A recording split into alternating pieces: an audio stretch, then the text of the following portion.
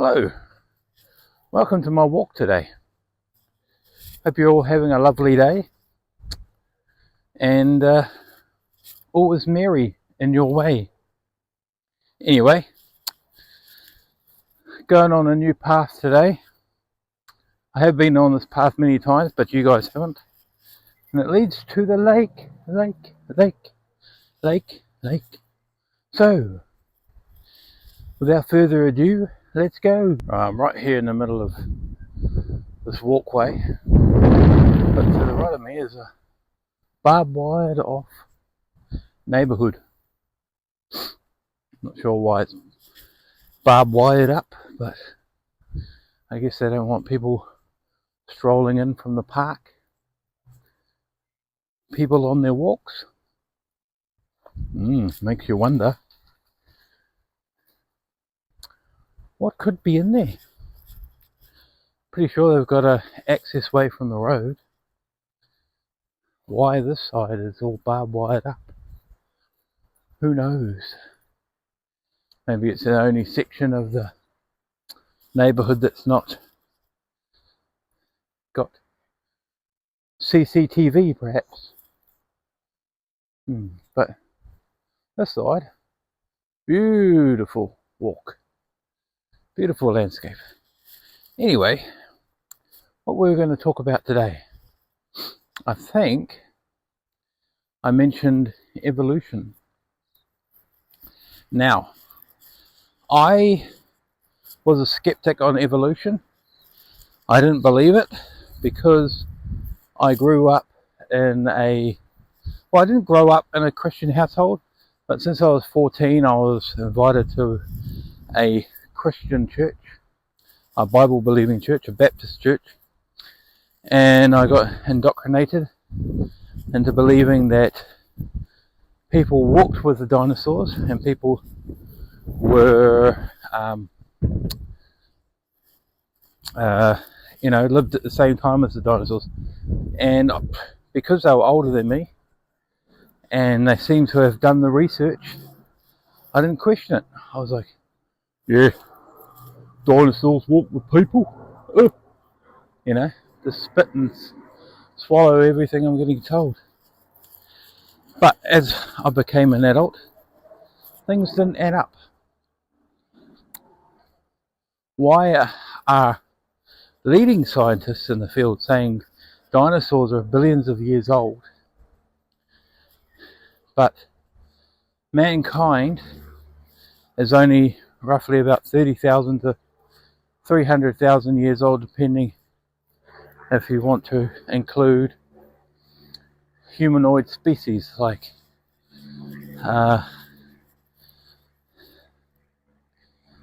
Neanderthal. Just like a tiger or a lion, Neanderthal was a type of human, but not human. It's a subspecies of human. It's like the common ape is a subspecies of a human. We share a common ancestor, but we're more like cousins, third cousins or fourth cousins. Now, don't quote me on the ancestor that we originated from, but before Neanderthals and before humans, there was an original, well, not original, that would have evolved from something else as well, but there was a species of ape type creature. One evolved into Neanderthal and the other evolved into human. So now I think there's about quite a few humanoid species, not just Neanderthal, that have died out. They didn't have what it took to survive. There was something about the human species that was able to survive through ice ages, was able to survive through intense heat, were adaptable. We learn from each other, from father to son. We learn how to hunt, we learn how to eat. We, trial and error. Someone would have died from eating a red spotted mushroom. Pass that on from generation to generation, and so on. Someone said to me once, how did evolution start? Where did it all come from? Nothing created nothing. And that's a really good question. Nothing created nothing. Well, from what I believe, is there is no such thing as nothing. Put that in your head and let it bury for a second. There is no such thing as nothing. In other words, there is always something. Even though we cannot see it, there is always something. Now, what do I mean by that? I mean particles, atoms in the air. There's pollen we can't see. There's microscopic bugs that we can't see. There's bugs crawling on our eyelashes right now. You look in the mirror, you can't see them. Microscopic. And you can say, there's nothing there. Well, there is. Out in space, there's nothing, but there's debris everywhere. There is no such thing as nothing. There is always something. So when they say that what happened in the beginning, well, most likely a big bang, but doesn't mean it was the beginning of everything. It was the beginning of something that has always existed. There would have been a hot, dense spot, and maybe there was a universe that collapsed on itself, and never low, like a poof, poof, poof. But because of time dilation, it's like poof, billions of years, poof, poof, billions and billions of years. I don't know what I'm talking about, but one thing he said to me is, what about single-cell organisms? There's no two single-cell organisms. But there is evidence of single-cell organisms working with other single-cell organisms in a group. And after a while, those single-cell organisms stay connected, and they do different duties. So one might be feeding, one might be looking where it's going. They're working as a community. And eventually, all those single-cell organisms work so perfectly together, they become one organism. So to say, there's no such thing as 3 or 4 cell organisms, technically, yes, there is. They just work as a group until they become one organism. Again, one organism, and eventually they produce a digestive system for where the food goes. One of them's not eating, so a collective organism. When I'm explaining all this sort of stuff, these are things that I'm saying. They're in my own words, so they're not facts. These are things that I've heard, and it's just the way I've understood it. And so I'm just telling you in a way that I've understood it. So if you want to fact check me, sweet as, because I probably got it wrong. And I'm not trying to teach anyone anything. This is, again, just my own system of understanding things, working out how the world works and how we got here. Now, I'm not discrediting religion either. Now, God could have created us to evolve. He, again, could have created the Big Bang. So, I'm not discrediting God. I think the Catholics believe that we've come from a Big Bang and God created the building blocks and knew pre-ahead of time, and this is where we would come to, and this is the outcome, and we're fated to be born and walk this line. But no, I'm not discrediting religion at all. I've got my own thoughts on religion. But you can't disprove, in my opinion, the evidence. And now, what do I mean by the evidence? My evidence that I've come across is that the layers of Earth. So we've got different layers. So depending on what time period. So you could have the prehistoric time period, you could have the modern time period, we could have the Cretaceous period, and all those periods in time are all layered in rock. And you would think if the Earth was all made at the same time, then you'd have bones from the Cretaceous period mixing with the prehistoric period, with the modern period, with human bones. But you do not see that at all. Now, taking a break from my talk anyway, we've made it to the lake. Some swans out this way, you can see them. But we have made it to the lake. This is a very posh area out here. The very expensive looking houses. But they've got their own slice of paradise, and it leads, and you can get here through a path. It's not far. It's not long. It's probably about I'd say about a 20-minute to 30-minute walk from the road. But no, it's beautiful. It's beautiful. If you guys ever want to know where the spot is or how to get here, just send me a message in the comments and I'll let you know. That's obviously if you're in New Zealand and you are in Rotorua, because I'm not going to go telling someone from the States, because then they're like, Google Earth, next minute. But yeah, this is a beautiful spot. I enjoy the spot very much. Come down here with my dog. He's in the water over there. Where is he? There he is. Hey boy. It's a hot summer's day today, so a bit windy, so hopefully that's not interrupting with my microphone. But yes, it's a beautiful day. Anyway, we'll get back to the discussion. I'll just spend a little bit of time here with my dog, and then on my way back we'll talk a bit more. Right, we're heading back now. Can't quite remember where I was up to in my discussion,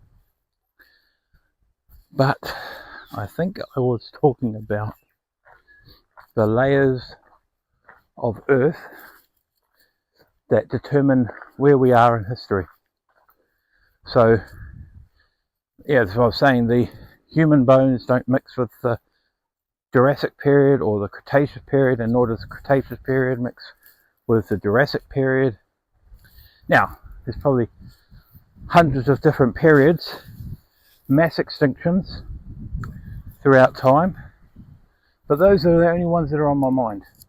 Cretaceous period, Jurassic period, and a modern period. And over the millions of years since the dinosaurs, we've only been around for about 30,000 years, or a bit more, maybe 100,000 years. I'm not too sure.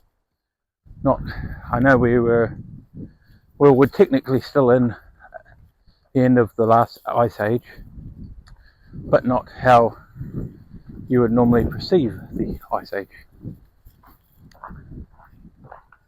I'm hoping that with my microphone that you guys can hear me, because it's really windy at the moment. I think I need to get a cap for my microphone, so it doles out the wind. I'll learn how to do that, so I apologise. I'll put the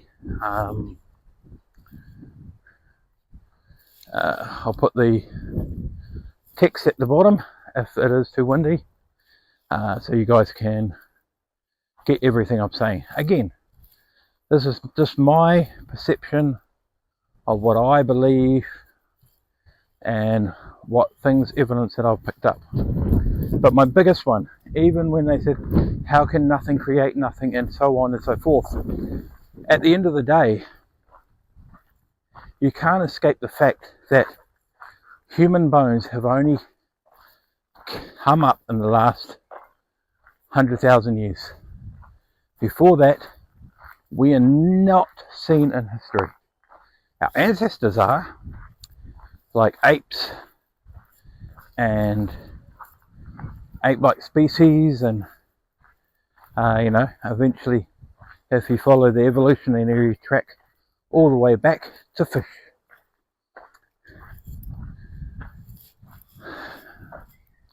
Come from the ocean, because those are I think mushrooms were the first some of the oldest species. Now, I say we are more related to mushrooms because mushrooms taste meaty, and so do animals and other things that are alive. And green plants are more tarty, aren't they? So we are more closely related to mushrooms. If you look at the DNA, people are like, oh, we're more closely related to a banana. That's because we ate bananas and we ingested that food for many, many years. There's good reason that we're related to bananas. We have a close relationship with bananas. Yeah, so not too sure what else to speak about on evolution, but that's just my prognosis of evolution, and that's my argument for evolution, is the fact that humans have only appeared on the earth in the last 40 to 100,000 years. Might be a bit longer. I'll have to check my facts later. I'll write that in the comments or in the description. But yes, it's just apparent. Before that there was dinosaurs. There was,